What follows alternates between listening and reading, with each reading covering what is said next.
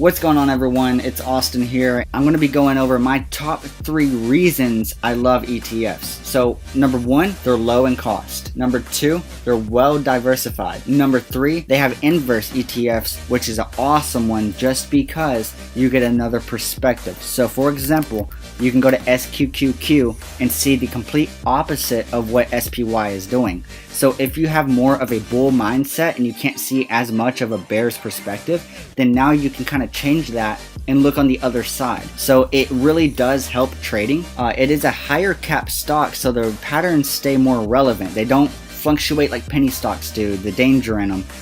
The risk is kind of lower on higher cap stocks like SPY and most ETFs. And if you guys don't know what ETF stands for, it's Exchange Trading Funds. It's just like a lower miniature version, basically like here's SPX, which is the S&P 500, trading at 2,868.45, and then SPY, the S&P 500 miniature, right? It's the ETF. This is one of my favorite ETFs to trade.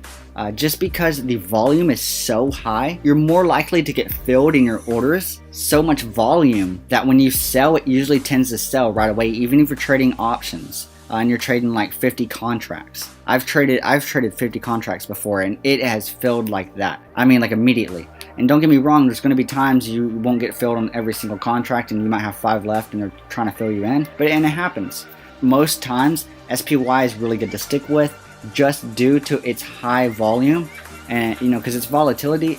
There's a lot of people that invest in SPY. I know this is kind of a short video, but I really wanted to just discuss that topic on the ETFs and why I really think that ETFs are a major benefit in the stock market. If you guys would subscribe to me, I'll make some more informative videos for risk management, support and resistance. We can get higher low patterns. We could study all sorts of things on here, price action indicators, anything you guys would like, comment below, and I will see you guys there in the comments. Thank you guys for tuning in. Have a blessed day.